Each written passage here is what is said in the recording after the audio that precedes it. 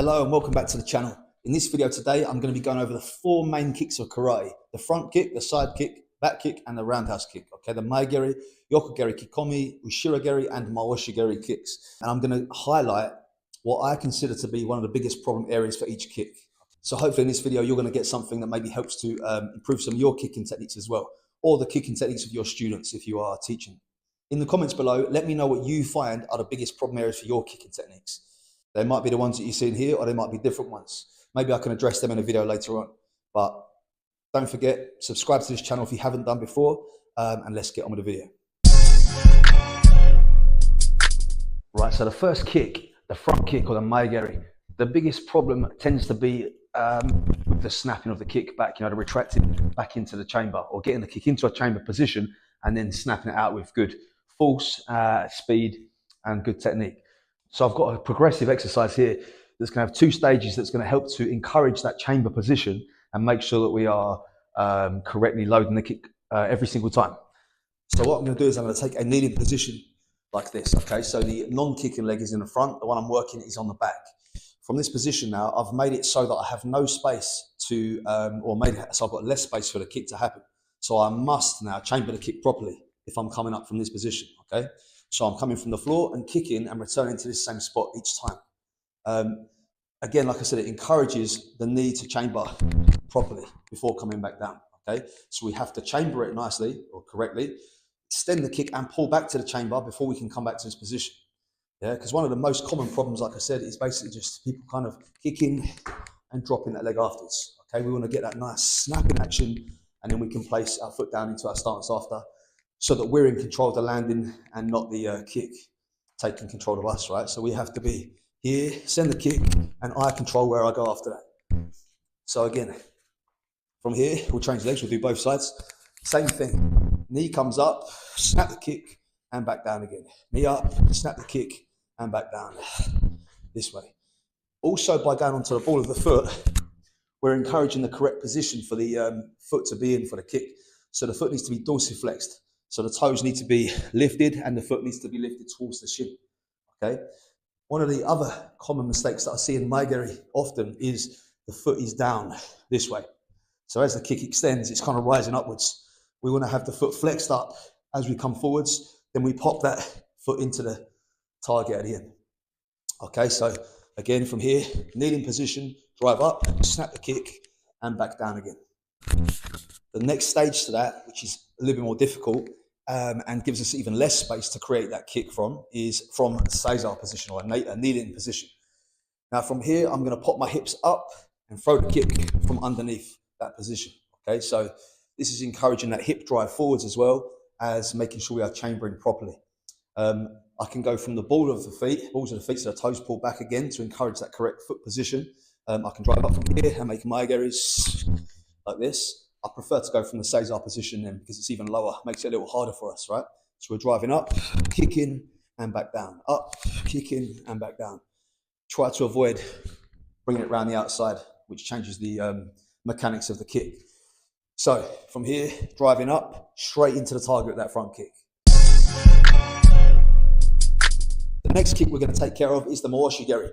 And for me, the biggest problem that I see people doing is not twisting the supporting foot around when they're kicking. They're trying to kick and keep that foot still, which is going to result in injury to that knee because the foot or the knee wants to stay. You're trying to keep the foot there and you're trying to rotate around. This knee's just taking a lot of damage there and potential for sort of tearing ligaments and stuff in the knee joint. So the most important part that I see when I'm teaching at my dojo and other people's dojos is that this foot needs to rotate better for that Maoshigeri or roundhouse kick. Okay, so the exercise I'm going to do for this kick are going to take care of that. So for these exercises, sometimes it's just breaking the kick down into smaller components that we can then put back into the kick to make it better. We don't always have to practice the full kick in order to improve our kicking technique. So this one, as I said, it's going to be taking care of that rotation of the supporting foot. So I'm going to hold on to the side of something. I've got this bar here. Because I don't want to be training my balance for this. I want to focus purely on the work I'm after. So I'm going to take balance out of the equation. I'm going to hold on to this and I'm going to bring my back knee up straight. I'm going to lift up onto the ball of my foot, the standing foot, turn my heel through and turn that foot right around to make that Maoshi position. Okay, ready for that kick from here. Okay, then I come back. So again, think about getting my heel all the way around to face the opponent or the target. Ball of the foot, I'm rotating on, not the heel. Okay, take control of the ball of the foot. Knee comes up, then I rotate my foot around to make that kick in position at the end. Now, we don't have to train the full kick, like I said, so what I'm going to do from here then, the exercise would consist of this. Lift, rotate back and down. Look at what happens to my knee position. It comes from a vertical to a horizontal position to get the correct path of that mawashi-geri. As I'm here, vertical, and then I turn my foot around and get that horizontal position. Okay, then I can deliver the kick and I can rotate back and come down again. All right, so this is the most important part for me in my experience when I've been teaching. So from here, knee comes up, rotate, and I can send the kick this way. Or I can purely just make repetitions of that exercise. 1, back, 1, back, 1, back. Once we are confident with the bar, we could then try without. So we come up, working on that rotation here. The good thing about the rotation back after is that it takes care of another problem that people tend to have with the kick, is that people send the kick nicely, hip goes in, but then the body is turned to the opponent. So what we need to do then is send the kick, 1, then get the hip back in again before we re-enter the fighting position. So this exercise takes care of both of those, the start and the finish. Here, over, back, down. Here, over, back, and down. The next kick we're going to cover is the Yokogeri Kikomi, or the side thrust kick, or Sokoto-geri in other styles. So the problem I see most with this is the chamber position ends up looking very much like a mawashi-geri. Okay, so the way I like to teach it at least is to get my hips and glutes to show towards the target first. So my first action would be this, showing everything this side before I deliver the kick towards the opponent or the target. And what tends to happen quite often is that it chambers more so here, which becomes mawashi-geri, like we just did in the previous kicking exercise. So in order to train this one, we're going to use the wall again. What I want to do here is take my non-kicking leg and face the wall with it, okay? I'll try and angle it towards the camera more so. So I'm facing the wall with that non-kicking leg. The kicking leg, I want to cross over in front of my non-kicking leg, okay? So now what happens is, as I pick this up, there's no choice but for me to show the hip to the target, okay? If I start this side, then we can chamber it incorrectly.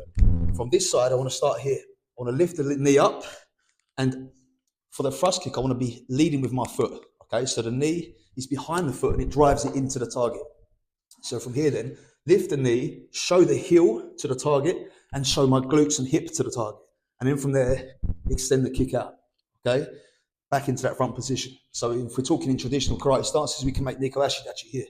Okay, so I'm supporting my weight with my left leg right now, lifting the right leg up, coming to this line here, and delivering that Yokogeri Kikomi from that position. Okay, so here, lift, deliver, and back. Lift, deliver, and back. Hasn't got to be high. Whatever height you can work at is absolutely fine. Okay, but the key point is to show the hip to the target. So a progression from there then is to, or an additional exercise to that then, is to get that same setup position, come out, show the hip, extend, and work on just holding that kick for this position. Pulling it back. Make sure as well that when we rechamber the kick, we're rechambering along the same path that we delivered it. I don't want to kick here and then hook it back afterwards. This is another common mistake that is related to that hip position. So I want to be here, send the kick, and pull it back the way it came. 1, and pull it back in the way that it came, it was delivered, okay? So, again, last one, show the hip to the target, chamber, hip, heel first, and deliver this way. The fourth and final kick that I'm going to cover in this video, of the sort of 4 main kicks in karate, or Shotokan karate at least, is the Ushirageri. Now, the biggest problem, or the most common problem for Ushirageri, is that the kick ends up turning into a side kick. So when people are turning, they're letting that knee come out and it becomes a side kick instead of a back kick. Okay, so what we want to really do is tuck that heel underneath the body here. Heel is underneath from this position, drive and come straight back. So again, like I said in the previous one, chambering in the same place that we, or re-chambering back in the same place we started. So in order to do this one, keep that leg, keep those knees together and send the kick straight. We are again going to use the wall for an exercise. So what I'm going to do this time is I'm going to be close to the wall. I'll show on the left side first so I can face the camera. But from here, I want to be close to the wall, tuck my heel and send the kick straight behind me here, straight behind. Now the wall is blocking me from bringing that leg out to the side, isn't it? All right. So I'm here. This is a little bit less than ideal because we've got this bar here, but I can maybe use that to hold for now. So here, send the kick back. Send the kick back. So we're getting a full hip extension behind us. I'll show from the other side. So from here, I want to get close to the wall as possible so I don't have any of this work going on, touching that wall. And I'm tucking the heel, sending it back and coming down again. Tuck the heel, send it back and down. Tuck, send it back and down. So we're training ourselves to keep that kick straight. As it comes from underneath, it makes it a little bit more difficult to defend against as well. When the kick turns into a side kick, it's very easy to just kind of block the kick as it comes in. This way, it's very hard because the kick comes from almost under and up into the body. So even if the hands come down to defend against it, the kick still rises up underneath and it's a lovely kick to land in Kumite. So again, from here, close to the wall, tuck the heel, send back and down, send back and down. And that's that exercise for Ushirageri to ensure that that straight kick, straight back kick happens.